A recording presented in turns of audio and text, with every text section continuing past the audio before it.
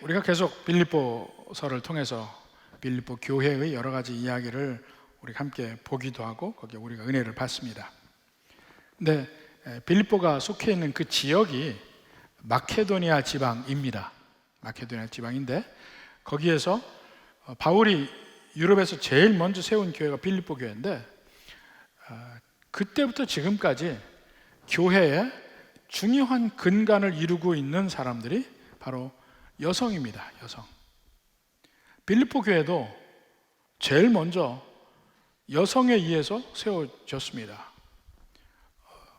원래 두아디라 사람이지만은 빌립보에 와서 그 옷감을 장사한 자주장사 루디아가 있잖아요.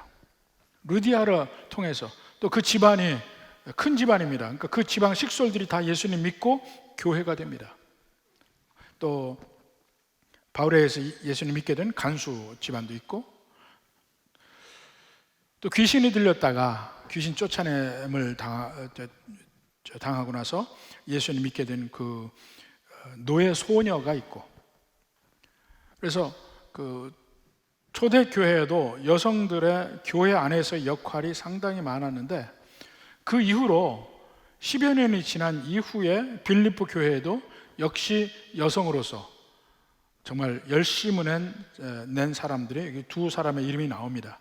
유오디아와 순두계. 자, 여기도 보니까 내가 유오디아를 권하고 순두계를 권한다 하고 이야기합니다. 그는 이 두 사람은 어떤 사람이었냐면 3절에 복음을 나와 함께 힘쓰던 저 여인들이라고 나옵니다. 유오디아 순두계는 열심히 전도하기 위해서 또 빌립보 교회를 위해서 힘써 일한 사람들이라는 것입니다. 여기서 특히 힘썼다고 하는 것은 상당히 그 전투적 용어입니다. 그러니까 왜 검투사들이 그 검투장 안에서 막 서로 이 쟁투를 벌이는 그것이 힘쓰다고 보통 표현을 했습니다. 그러니까 상당히 전투적 용어예요. 그러니까 복음을 전한다는 내용 자체가 전투적인 거라는 것이며 죽기 살기로 생명을 위한 싸움이라는 것입니다. 근데 그들도 함께 그렇게 했다는 면을 이야기를 합니다. 그리고 그들도 생명책에 있다는 걸 얘기합니다. 또 3절 후반부에 보니까 그 이름들이 생명책에 있느니라. 생명책이 어떤 책입니까? 마지막 심판날에 과연 이 사람이 천국에 들어갈 사람이냐 아니면 지옥불에 떨어질 사람이냐를 결정하는 것이 생명책에 있냐 없냐에 따라 결정이 되죠. 계시록 21장 27절을 봅시다. 무엇이든지 속된 것이나 가증한 일 또는 거짓말하는 자는 결코 그리로 들어가지 못하되 천국에 못 들어간단 말입니다. 오직 어린 양이 생명책에 기록된 자들만 들어가리라. 근데 유오디아와 순두계도 생명책에 기록되어 있다는 것입니다. 그러니까 열심히 복음 증거하고 주님의 몸된 교회를 위해서 일을 하고 한 그 여인들, 생명책에도 기록된 구원받은 사람들이에요. 근데 그러한 사람들도 서로 마음이 합해지지 않을 때가 있다는 것입니다. 서로 다른 생각을 먹고 심지어는 그것이 분쟁이 되고 싸움이 되고 이럴 수가 있습니다. 그러니까 그것이 멀리 로마에 있는 바울에게까지 전해졌습니다. 그래서 유오디아와 순두계 이름을 콕 찍어서 주 안에서 같은 마음을 품으라 하고 권합니다. 아마 그 전까지만 해도 물론 그 빌립보 교회에서 상당히 일을 하던 사람이었을지 모르지만 바울이 더군다나 편지에다가 유오디아와 순두계 이름까지 찍어서 한 마음을 품으라고 이야기를 하니까 뭐 교회 안에 모든 이 조명은 다 받았겠죠. 그리고 유오디아와 순두계에서 이렇게 권하고 또 다른 면에서 바울의 그 구함이 나옵니다. 그 3절에 보니까 또 참으로 나와 멍에를 같이 한 네게 구하노니. 너라고 나와요. 나와 멍에를 같이 한 네게 구하오니.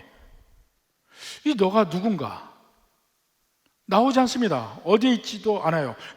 빌립보서 자체가 누구에게 특정한 사람에게 준 것도 아니잖아요. 빌립보 교회에 준 건데. 그래서 누군지는 정확하게 모릅니다. 아마도 그 빌립보 교회의 리더 중에 한 사람일 거라고 생각을 해요. 장로일 수도 있고. 근데 그에게 하는 말이 뭐냐면, 유오디아와 순두계에는 한마음을 품으라고 했고, 그 이름이 없는 네게, 그 리더에게는 구하는 것이 복음에 나와 함께 힘쓰던 저 여인들을 돕고, 또 그 다음에 클레멘트와 그 외의 다른 동역자들을 도우라. 돕고 도우라. 이 우리나라 글을 보면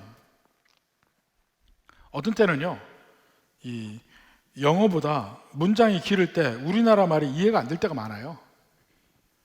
제일 큰 게 뭐냐면, 이 주어와 동사가 제일 끝에서 끝으로 떨어져 있습니다. 우리나라 말에는 중간에 다른 말이 다 들어가요. 그러니까 문장이 길어지면 거기서 무슨 말을 하려고 하는지 잃어버릴 때가 있거든요. 그때 중요한 방법 중에 하나가 주어를 먼저 찾고요, 그 다음에 동사가 어디 있는지 찾으면 돼요. 그러면 중간에 다른 말들은 다 붙어있는 말이에요. 여기서 이 문장에서 말하고자 하는 핵심적인 내용이 무엇인가, 그걸 알 수가 있습니다. 3절에도 보면 길잖아요. 근데 나와 멍에를 같이 한 4개 구하오니, 주어가 나왔죠? 4개 구합니다. 뭘 구하냐면, 그 다음에 쭉 동사를 보세요. 돕고 그 다음에 도우라. 이 내용만 있는 겁니다. 돕고 도우라. 그러니까 직접 그 사람들 간의 관계를 개입해서 도와주라. 유오디아와 순두계가 정말 복음을 일수는 사람이에요. 둘 다 놓칠 수 없는 사람이에요. 둘 다 귀한 사람들이에요. 둘 다 생명책에 기록된 사람들이에요. 근데 반목을 해요. 교회 안에 얼마든지 그럴 수 있습니다. 생각이, 우리 누구나 다 다른 생각을 갖고 있기 때문에 함께 일한다는 것이 상당히 힘듭니다. 서로 생각을 맞추는 과정들이 필요해요. 아마 이 사람들도 그런 과정 중에 있겠지. 근데 그럴 때 두 사람 사이에서 도우라, 중재도 잘하고 화합할 수 있도록 노력을 해주라 하는 것을 먼저 이야기를 합니다. 그 다음에 클레멘트와 그 외 나의 동역자들을 도우라. 이것은 도움의 내용이 어떤지는 모르겠어요. 뭐 능력이 부족한 것을 세울 수도 있고, 유오디아와 순두계처럼 서로 뜻이 갈라져서 한 마음이 되지 못할 때 서로 화합하려고 노력하는 면도 있고, 그러니까 리더가 해야 되는 중요한 역할 중에 하나가 서로 일하는 사람들끼리 서로 조화롭게 일을 할 수 있도록 하는 것이 굉장히 중요합니다. 리더가 나서서 오히려 가르고 이러면 곤란해집니다. 바울이 그 면을 이야기를 합니다. 근데 그렇게 서로 한 마음이 되어서 일을 하게 되는 것, 이것이 꼭 필요한데, 일을 위해서 필요한 것이 무엇인지 그 다음에 여러 가지 우리의 상태를 이렇게 가지고 가라고 이야기하는 내용이 4절부터 7절까지 나옵니다. 제일 먼저 우리에게 필요한 제일 첫 번째 덕목이 뭐냐면 기뻐하라입니다. 기뻐하라.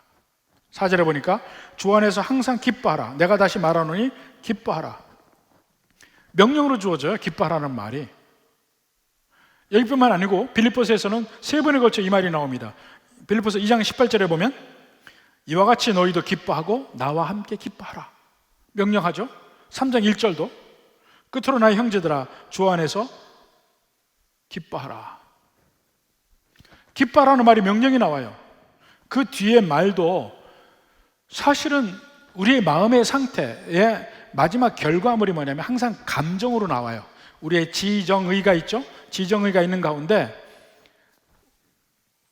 우리의 모든 생각, 어떤 지식적인 인포메이션, 또 우리의 뜻으로 무언가 행하는 것, 이런 모든 것이 마지막 결과물로 꼭 나오는 것이 감정입니다. 사랑하고 미워하는 것, 좋아하는 것, 싫어하는 것, 전부 감정적인 거예요. 그래서 우리는 감정은 다른 모든 환경에 의해서 아니면 내 생각에 의해서 마지막 결과물로 저절로 나오는 것을 감정이라고 생각을 합니다. 근데 이상하게 성경에서는 마지막 결과물 같은 감정을 명령의 형태로 우리에게 이렇게 하라고 이야기해요. 기뻐하라, 사랑하라. 사랑하는 마음이 생겨야 사랑할 거 아니에요. 기뻐할 조건이 돼야 기뻐할 거 아니에요. 근데 그게 없어요. 그냥 무조건적으로 기뻐하라, 사랑하라. 그 뒤에도 보면 관용하라, 염려하지 말라. 이게 전부 감정적인 것 같은데 명령으로 주어져 있습니다. 왜 그럴까요? 우리는 외부의 환경과 관계없이 그러한 우리의 마음 상태를 가질 수 있다는 거예요. 가질 수 있기 때문에 명령으로 주어지는 것이죠. 환경과 관계없어요.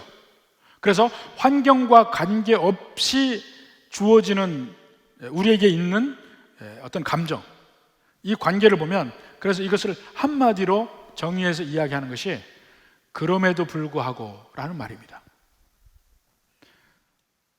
환경에서 내가 괴로울 수 있고 기뻐하지 않을 수 있는 요소들이 있음에도 불구하고 기뻐하라. 그 사람에게, 그 사람이 사랑받을 만한 자격이 없음에도 불구하고 사랑하라. 염려할 일들이 넘치게 쌓였는데도 불구하고 염려하지 마라. 그럼에도 불구하고의 이야기입니다. 그리고 그것이 잠시 잠깐씩 이루어지는 일이 아니고, 이 4절에 보니까 주 안에서 항상 기뻐하라고 되어 있어요. 항상. 빠져나갈 구멍도 없어요. 그러면서 내가 다시 말하노니 기뻐하라. 아주 밟고 다져서 이야기하는 것입니다. 그러니까 기뻐하지 않고는 견딜 수 없게끔 만드는 거예요. 예외가 없어요. 사람도 예외가 없고, 환경도 예외가 없고, 우리의 상태도 예외가 없습니다. 기뻐하라고 이야기해요. 근데 기뻐해야 되는 데는 이유가 있습니다. 기쁨에서 나오는 수없이 많은 좋은 면들이 있기 때문에 그렇습니다. 첫 번째로, 기뻐하는 것은 우리에게 능력을 줍니다. 능력을. 자, 느헤미야 8장 10절에 한번 봅시다. 느헤미야가 또 그들에게 이르되, 그 다음에 후반부에 이날은 우리 주의 성일이니 근심하지 말라. 여호와로 인하여 기뻐하는 것이 너희의 힘이니라. 기뻐하라. 근심하지 말라. 기뻐하라. 이것이 너희의 힘이라는 거예요. 기뻐하는 것이, 우리 마음속에 기쁨이 있어서 기쁨이 넘치는 것이 우리가 그 다음에 해야 되는 모든 것에 힘을 주는 겁니다. 능력이 여기서부터 출발해요. 이 빌립보서 4장 13절에도 보면 내게 능력 주시는 자 안에서 내가 모든 것을 할 수 있느니라. 이 유명한 말이 있잖아요. 능력 주시는 자 안에서.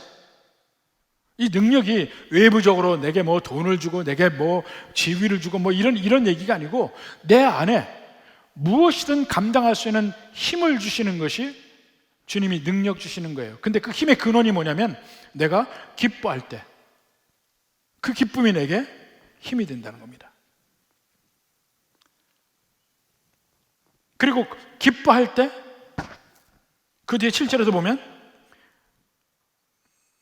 하나님의 평강이 지키신다는 얘기를 해요. 결국 이거 평강이 오게 되는 거예요. 기뻐할 때 평강이 오고, 그리고 심지어는 두 마음이 품은 것도 하나 되게 합니다. 이런 기쁨이 능력이 있어요. 근데 어떻게 그런 능력이 갖게 되는가 하냐면, 이제 기쁨에서부터 출발합시다. 우리는 모든 예수님 믿는 사람들은 우리가 기뻐할 수밖에 없는 요소를 우리가 가지고 있어요. 그게 뭐냐면 예수 그리스도 안에 있는 하나님의 구원.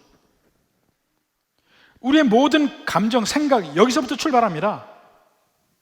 하나님이 나를 구원하신다는 확신, 하나님의 구원을 내가 받았다는 믿음, 여기에서부터 우리의 모든 생각, 우리의 삶, 우리의 자세, 모든 게 여기서부터 출발합니다. 시편 40편 2절 봅시다. 나를 기가 막힐 웅덩이와 수렁에서 끌어올리시고. 웅덩이와 수렁 여러 가지 있죠. 뭐 실질적인 웅덩이와 수렁일 수도 있지만 우리 삶에서 빠져나갈 수 없는 그런 웅덩이와 수렁을 우리가 경험합니다. 근데 거기서 나를 끌어올리시고 구원하신다는 얘기죠. 내 발을 반석 위에 두사 내 걸음을 견고하게 하셨도다. 우리의 삶 자체가, 우리가 걷고 있는 이 세상의 삶은 단단하지 않아요. 항상 움직여요. 그러니까 우리가 일한다는 것이 뭐냐면 매일매일, 또 월요일 되면 여러분이 새로운 여러분의 도전들이 쭉 있습니다. 그럼 그것을 하나하나 그 도전에 반응해서 처리해 나갑니다. 이것은 마치 우리가 살아간다는 것이 이 뿅망치를 들고 왜 게임에 그 두더지 올라오는 거 있죠? 핑 올라오면 치고, 핑 올라오면 치고, 막 어디서 올라오나 봐서 금방 치고 마치 우리가 일을 하고 살아가는 것이 그와 비슷해요. 들고 있으면서 내일 또 어떤 두더지가 올라올지 몰라. 그런 상태로 산단 말입니다. 우리 인생이 그러니까 항상 밑바닥이 견고하지가 않아요. 항상 움직이고 흔들려서 그 다음에 내가 발을 딴 데로, 단단한 데로 옮겨야 돼. 단단한 데로 옮겨야 돼. 근데 하나님이 내 발에 반석을 두사. 여기서 많은 면이 나옵니다. 하나님의 구원이 천국 가는 것만 있느냐? 우리의 삶 속에서도 인도하신다는 겁니다. 그래서 그 하나님을 찬송합니다. 3절에 보니까 새 노래 곧 우리 하나님께 올릴 찬송을 내 입에 두셨으니. 찬송을 한다는 건 기뻐한다는 거예요. 하나님의 구원을 경험하면서 하나님을 찬송합니다. 에베소서 1장에도 그런 말이 있죠. 하나님께서 우리를 구원하시는 목적, 여호와 하나님을 찬송하게 하려 함이라. 3번이나 나와요. 에베소 1장에 보면 하나님이 우리를 구원하신 목적은 우리가 하나님을 찬송하게 하려 함이라. 그 찬송이라는 기쁨의 요소가 들어가는 것이죠. 그러니까 예수님을 믿는 사람들은 근본적으로 그 마음의 밑바닥에 깔린 것이 기쁨이에요. 믿는 사람의 삶에 기쁨이 없다면 그것은 문제가 있어요. 그건 믿는 사람이 아니에요. 어느 면에서는. 예수님 믿으면 당연히 그 삶 속에 기쁨이 반석처럼 깔려 있습니다. 베드로전서 1장 8절 봅시다. 예수를 너희가 보지 못하였으나, 그렇죠, 직접 본 건 아니죠. 사랑하는도다. 왜 사랑합니까? 나를 사랑하시고 생명까지 주신 분이니까. 이제도 보지 못하나 믿고 그 다음에 말할 수 없는 영광스러운 즐거움으로 기뻐하나니. 그 기뻐하는 이유가 믿음의 결국 곧 영혼의 구원을 받음이라. 영혼의 구원을 받는 것을 확신 있게 알고 나니까 우리 마음속에는 말할 수 없는 영광스러운 즐거움으로 넘치는 거예요. 이것을 그 영어 표현이 참 멋있는데 Joy unspeakable 이라는 말이 있습니다. Joy unspeakable. 이것이 영국의 유명한 설교가인 로이드 존스가 설교집 하나를 내면서 설교집의 제목이 그거예요. Joy unspeakable. 믿는 백성에 꼭 있어야 되는 덕목 중에 하나가 이렇게 말할 수 없는 기쁨이 내 심정에 있다. 이것이 출발점이에요. 전제예요. 근데 구원을 받은 사람들이 이 기쁨이 있는지를 모르고 살아요. 그런 하나님의 백성들에게 기뻐하라 하고 얘기합니다. 기뻐하라. 왜 기뻐하는지 이유도 설명해주고, 그럼 다시 참 내게 이 귀한 보물이 있지, 그 내 속에 있는 보물을 찾게 하는 말이 기뻐하라는 말이에요. 새롭게 명령해서 다른 거 다 뭐 해도 그냥 기뻐하라. 감정을 어떻게 명령을 하나 생각하는데 그 감정이 생길 수밖에 없는 바탕이 있어요. 예수님의 구원.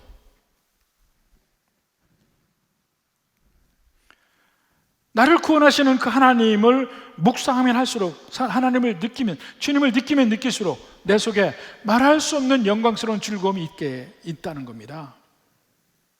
그리고 그러면서 살아가다 보면 우리가 앞에 그 그 그리스도의 복음에 합당한 삶을 살라고 한 그 면에서 보면 우리 삶에서 끊임없이 하나님의 인도하심을 경험해요. 그것을 섭리라고 합니다. 섭리, providence라고 하는데 하나님의 인도하심을 경험합니다. 근데 하나님의 인도하심은 항상 십자가와 부활, 십자가와 부활, 이것이 계속 큰 십자가와 부활, 작은 십자가와 부활, 이것을 삶에서 계속 경험한단 말입니다.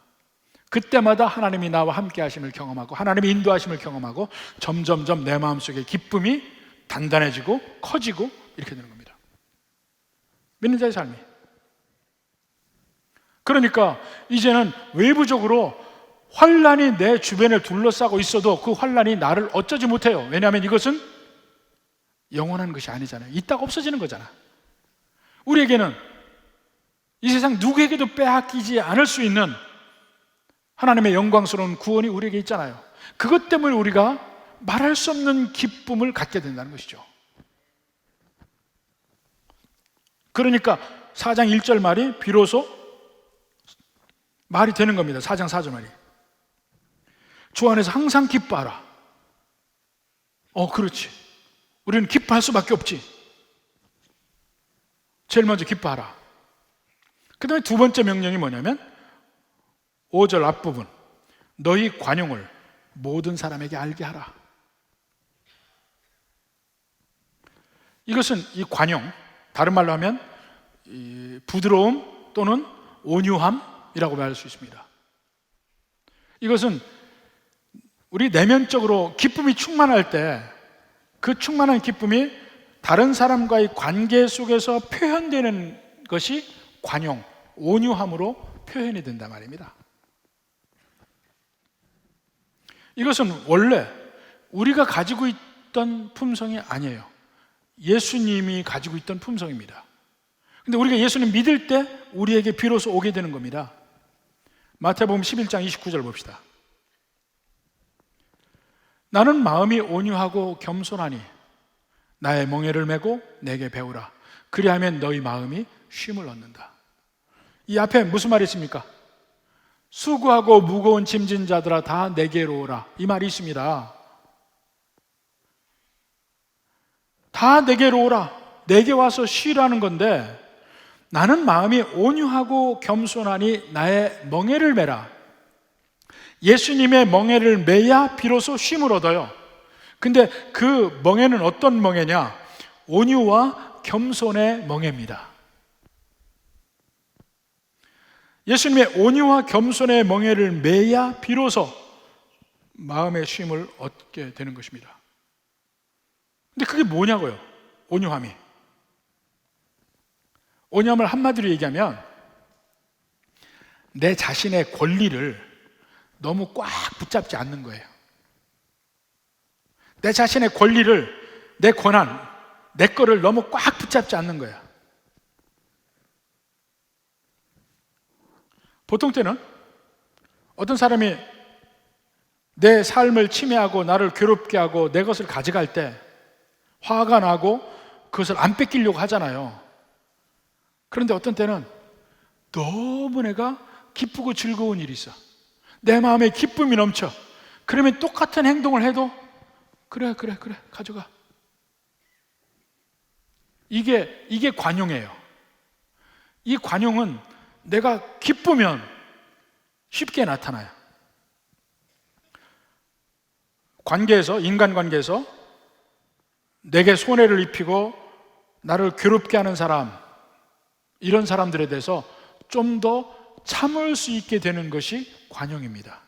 온유함입니다. 좀 더 참을 수 있어요. 사실 우리는 어떠한 관계라도요, 서로 부딪히는 부분이 있습니다. 아무리 친한 친구도 부딪히는 부분이 있습니다. 아무리 사랑하는 부부라 할지라도 부딪히는 부분이 있습니다. 교회 안에서 아무리 믿음이 좋은 사람들끼리도 부딪히는 부분이 있다니까요. 근데 그것을 부드럽게 넘어가게 해주는 것이 뭐냐면 서로 간에 상대편을 용납하는 마음이에요. 온유함이에요. 관용이에요. 근데 이게 어디서부터 나오냐면 내 마음속에 기쁨이 충만하면 웬만한 건 다 넘어갈 수 있어요.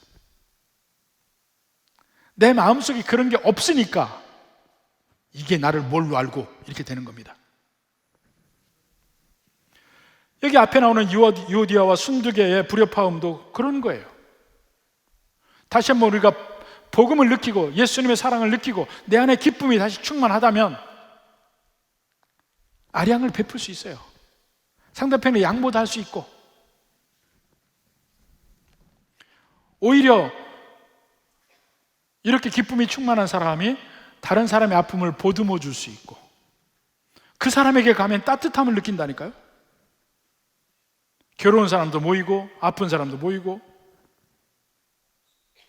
근데 그렇게 할 수 있는 또 다른 요소가 뭐냐면 바로 5절 후반부에 주께서 가까우시니라 라는 말이 있어요. 주께서 가까우시니라.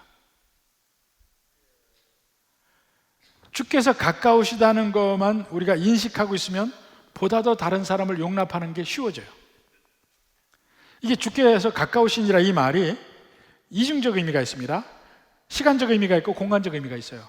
시간적 의미는 주님이 금방 다시 오시리라, 주님의 오심이 멀지 않았다 하는 말로 이해할 수 있고, 공간적인 면에서는 주님이 언제나 옆에서 보고 계시지 않느냐 이런 말이에요. 우리 애들도 어려서 보니까 지네끼리는 막 서로 싸우다가 제가 옆에 있으면 그렇게 화목하게 잘 놀더라고. 제 눈치를 보니까, 제가 있다는 것을 의식하니까 상대편에게 지나치게 이기적이 안 돼. 그러니까 서로 화목하게 잘 놀더라고요. 옆에 있다는 것만 알아도 내 행동이 바뀔 수가 있다니까. 내가 좀 더 참을 수 있어요. 주님께서 옆에 계신다, 이를 알면 온유해집니다. 만약에 여러분도 이 텔레비에서 요새 그거 많이 하대. 리얼리티 쇼라는 거 있죠. 그냥 생활하는 것을 그냥 계속 찍어가는 거 있잖아요. 만약에 지금 여러분이 리얼리티 쇼에서 계속 여러분의 모든 삶을 24시간 카메라로 찍고 있다고 생각하면 여러분 지금처럼 안 살 거요? 좀 더 다른 사람에게도 온유하게 하고, 아내에게도 더 나이스하게 대하고, 좀 더 헌신적으로 보일 수도 있고, 다른 사람에게도 잘하고, 다 이렇게 바뀔 거요? 그런 말입니다. 너희 관용을 모든 사람에게 알게 하라. 주께서 가까우시니라. 그리고 그 뒤에 6절에 가니까 이제 또 아무것도 염려하지 말래요. 어떻게 염려하지 않을 수 있습니까? 수없이 많은 어려움이 도처에 있는데, 아까 제가 말한 대로 우리의 삶이 단단한 반석이가 아닌데, 모든 매사가 다 그런데, 빌립보 교인들도 지금 그들에게 닥친 문제는 가난함, 극심한 가난함이 있었습니다. 배고픔이 있었습니다. 또 배척당함도 있어요. 로마 사람들에게 배척당하죠. 다른 유대인들에게 배척을 당하죠. 이런 수없이 많은 일들에 쌓여 있는데 바울이 염려하지 말래요. 바울도 참 웃기는 얘기예요. 자기도 지금 감옥 안에 있으면서 염려하지 말라 이렇게 얘기합니다. 이 염려하지 말라는 것은 우리의 사는 데에서 미래의 일에 대해서 대비하지 말라는 의미는 아니에요. 계획하지 말라는 의미도 아닙니다. 근데 여기서 염려하는 것은 쓸데없이 우리의 영혼을 갉아먹는 그런 염려를 이야기합니다. 여기서 말하는 것은 예수님의 가르침과 완전히 일맥상통하는 면이 있습니다. 마태복음 6장 25절부터 보면 예수님이 똑같은 가르침을 얘기하십니다. 그러므로 내가 너희에게 이르노니 목숨을 위하여 무엇을 먹을까? 무엇을 마실까? 몸을 위하여 무엇을 입을까? 걱정하지 말라. 의식주를 얘기하는 거예요. 목숨이 음식보다 중하지 아니하며 몸이 의복보다 중하지 아니하냐. 본질은 사실은 우리의 목숨, 우리의 생명에 관한 이야기라는 거죠. 우리가 매일매일의 삶에서 걱정하는 것들이 그 궁극적인 끝판을 가보면 결국 내 목숨에 대한 두려움이라는 거예요. 근데 그거 염려하지 마라 이겁니다. 목숨에 대한 것 염려하지 마라. 생명에 관한 것을. 그러면서 예를 들죠. 공중의 새를 보라. 들의 백합화를 보라. 공중의 새가 염려하고 사냐? 들의 백합화가 염려하고 사냐? 하나님이 입히시고 하나님이 먹이신다. 심지어는 들의 백합화, 들의 풀은 내일 아궁이에 던져질 수 있어요. 그러나 그 모든 것을 다 하나님이 아시고 하나님의 계획 속에 있다는 것입니다. 그래서 30절 말씀, 마태복음 6장 30절 말씀이 핵심적인 예요. 오늘 있다가 내일 아궁이에 던져지는 들풀도 하나님이 이렇게 입히시거든. 그 뒤에 말이 중요합니다. 하물며 너희일까 보냐. 하물며 너희일까 보냐. 무슨 말입니까? 들풀과 나를 비교해서 하나님은 누구를 더 귀하게 여길 거냐는 거예요. 공중의 새와 나를, 인간을 비교해서 하나님이 누구를 더 귀히 여길 거냐. 말도 안 되는 차이예요. 이 하찮은 것들도 하나님이 다 일일이 간섭하셔서 그들의 생명이 끝나는 날까지 함께 하시는데 하물며 너희일까 보냐. 무슨 말이에요? 독생자 예수님의 생명을 주고 사신 우리인데, 나인데 하나님이 얼마나 더 귀히 여길 거냐. 그걸 좀 이해를 한다면 염려할 게 뭐가 있냐는 거예요. 모르죠. 우리도 내일 들풀처럼 이 세상을 떠날지 모르죠. 그러나 그 모든 것이 하나님이 다 알고 계신다는 겁니다. 그걸 안다면 우리가 걱정할 필요 없다는 거죠. 자, 32절 봅시다. 6장 32절. 이는 다 이방인들이 구하는 것이라. 매일매일 뭘 입을까, 뭘 먹을까, 이 세상의 그 의식주 그것만 가지고 그것에 중심을 들여서 사는 것은 이방인들이 하는 짓이다. 너희 하늘 아버지께서 이 모든 것이 너에게 있어야 할 줄을 아시느니라. 지금 여러분에게 필요한 그것을, 필요하다는 것을 하나님이 아실까요? 모를까요? 아신다는 거예요. 아신다는 겁니다. 그래서 염려하지 말라는 거예요. 이미 하나님 다 알고 계신데 무슨 염려를 하냐. 근데 그 다음에 말이 재밌습니다. 그 다음에는 기도하라는 거예요. 기도. 6절 후반부 봅시다.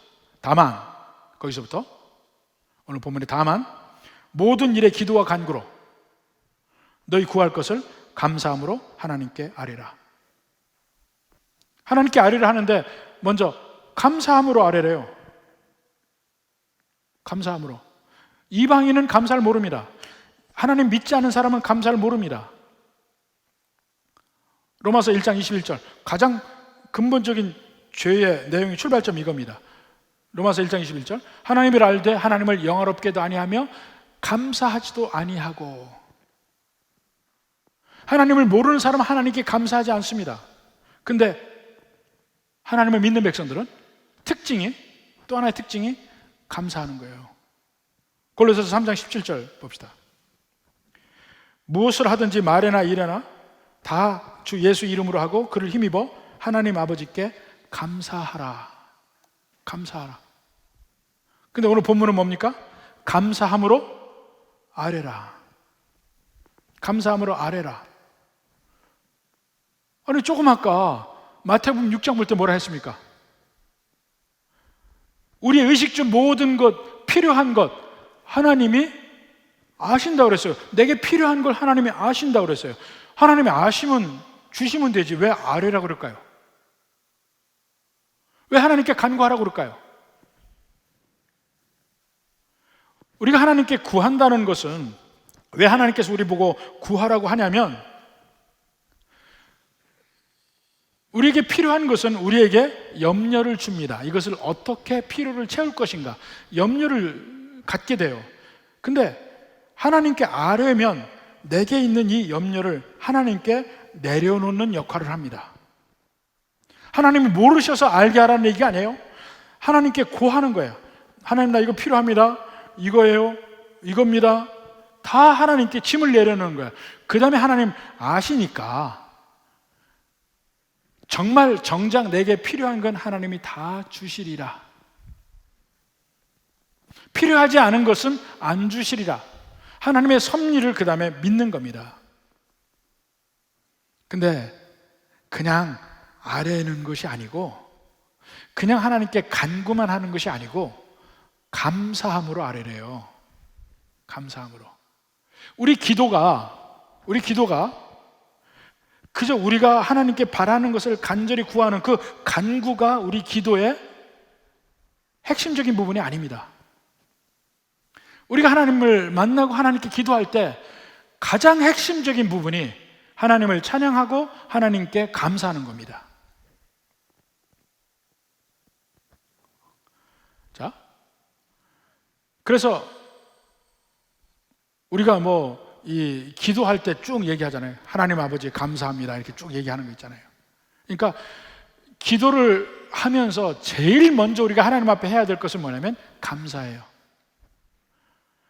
감사할 요소가 우리가 구하는 것보다 훨씬 많습니다. 하나님께서 우리 기도를 응답하시고, 심지어 우리가 기도 안 한 것조차 하나님이 우리의 필요를 채워주는 것이 너무나 많이 있습니다. 근데 그건 제쳐놓고 오직 하나님 앞에 쇼핑 리스트만 내놓으면, 이것만 기도하다 보면요, 우리 마음에 어떤 마음이 생기냐면, 하나님은 맨날 내 기도 안 들어주시고 항상 안 들어주신 기도만 가지고 기도하는 거예요. 남아있는 기도 들어주신 건 빼니까. 근데 하나님이 나에게 주신 복을 먼저 충분히 고백하고 감사하고 찬양하는 것이 필요합니다. 기도에서. 이래야 비로소 우리에게 기쁨도 넘치고 감사에 감사도 넘치고, 내게 있어서 하나님이 어떤 분인지 더 충만히 느끼게 되고, 그 하나님 앞에 내가 간구할 때 비로소 내 염려의 짐이 하나님에게 옮겨갑니다. 내게 있어서 하나님이 큰 하나님이 아니면 내 염려가 하나님께 넘겨지지도 않아요. 그리고 하나님께 맡기고 가볍게 일어날 수 있는 겁니다. 이제 드디어 하나님이 내 삶을 인도하시는 확신 속에서 살아갈 수 있습니다. 그 다음에는 무슨 일이 벌어져도 관계없어요. 하나님의 뜻 안에 있으니까. 그리하면 기뻐하고 온유함을 보이려고 하고 하나님 앞에 감사함으로 염려하지 않고 아뢰면, 그리하면 모든 지각에 뛰어난 하나님의 평강이 그리스도 예수 안에서 너희 마음과 생각을 지키시리라. 그리하면, 지금까지 얘기한 모든 거예요. 그러면 하나님의 평강이 우리 마음과 생각을 지킨다는 거예요. 하나님의 평강이 내게 임하고 보니까 내 생각, 내 마음이 불안에 떨지 않고 하나님의 지혜로 바르게 모든 것을 판단하고 바르게 볼 수 있는 관점이 생기는 거예요. 이 평강도, 이 샬롬이죠, 샬롬. 이 샬롬도 원래 우리 게 아니에요. 하나님 거예요. 하나님의 샬롬이 우리가 예수님 믿으면서 우리에게 임하는 겁니다. 요한복음 14장 27절 보십시오. 평안을 너에게 끼치노니 곧 나의 평안을 너에게 주노라. 나의 샬롬을 너에게 주노라. 사실 이 샬롬의 면을 우리 인류 역사 전체를 통해서 볼 수도 있습니다. 샬롬, 제일 먼저 하나님께서 천지 만물을 창조하시고 에덴 동산에서 인간에게 주신 것이 샬롬이에요. 에덴이라는 말 자체가 기쁨이라는 겁니다. 기쁨. 히브리어로는 에덴이고 헬라어로는 파라다이스예요. 하나님께서 인간에게 파라다이스를 허락하셨습니다. 기쁨을 허락하셨습니다. 근데 인간의 죄로 말미암아 그 기쁨을 잃어버려요. 샬롬을 잃어버려요. 예수님의 은혜 안에서 예수님을 믿고 보니까 예수님이 주시는 샬롬이 내게로 드디어 임하기 시작해. 우리 마음에 임해요. 나중에 천국 갈 때 완전한 샬롬이 다시 이루어지는 겁니다. 평안을 끼친다. 그 평안이 우리의 마음과 생각을 지킨다. 그 평안한 마음, 이 세상을 볼 때 이제 불안한 마음으로, 염려하는 마음으로, 두려워하는 마음으로 보지 않게 됩니다. 우리 빌립보서에서는 그런 면을 선다하는 말로 표현하고 있어요. 너희가 한 마음으로 서서, 1장 27절.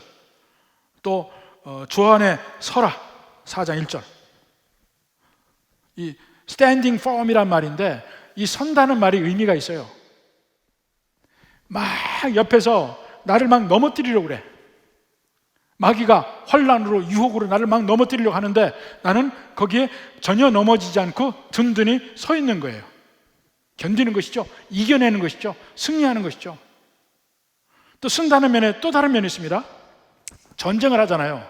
그러면 군사들이 죽어서 쓰러지는 거예요. 다 죽어서 넘어져. 근데 나는 서 있어. 무슨 얘기입니까? 승리하는 거예요. 선다는 면에 그 면이 있습니다. 나는 서 있어. 바울이 이야기하는 모든 면을 다 보십시오. 우리가 믿음으로 사는 것, 우리 속에 그 주님의 기쁨이 충만하고 기쁨이 넘치는 사람은 모든 사람과의 관계에서 온유하게 대하고, 그러니까 그 삶도 천국으로 바뀌어요. 다른 어떤 환경 관계없어요. 내 마음에 이 충만한 기쁨은 누구도 어쩌지 못하니까 바로 구원의 기쁨이니까, 예수님이 함께 하시는 기쁨이고 주님의 사랑을 받는 기쁨이니까. 내게 있는 일에 대해서 염려할 일들이 생기는 것도 염려 안 해요. 하나님 앞에 감사함으로 내놓고 간구하고 기도하면 하나님의 평강이 내게 임합니다. 그러면 내가 잘못된 생각하지 않아요. 하나님의 지혜가 생기기 시작합니다. 그것이 마음과 생각을 지키시리라 하는 말이 바로 그거예요. 바르게 생각할 수 있어요? 지혜롭게 생각할 수 있어요? 이렇게 주님과 동행하는 삶, 샬롬입니다. 샬롬. 믿는 백성들이 정말 그 주님의 이러한 은혜와 능력이 그 생각 속에, 삶 속에, 모든 관계 속에 함께 있는 것을 위해서 바울이 이야기합니다. 이런 방식으로 살라고. 바로 바울이 그대로 살다 보니까 지금 자기 자신이 착고에 매인 상태로 감옥에 있지만 샬롬 속에 있습니다. 이 세상의 압박들이 나를 어찌할 수 없어요. 빌립보 성도들아, 당신들도 그렇게 해서 항상 기쁨이 넘치고 모든 관계에서 서로를 품어가고, 그 능력이 나의 기쁨에서부터, 구원의 기쁨에서부터 오니까 염려 있어요? 감사함으로 아뢰라. 하나님의 인도하심을 믿고, 그럼 하나님의 샬롬이 우리의 마음과 생각을 지키시리라. 바로 이 은혜가 정말 충만한 그리스도인의 삶에 있습니다. 이 은혜가 우리 모든 성도들에게 함께 있기를 주님의 이름으로 축원합니다.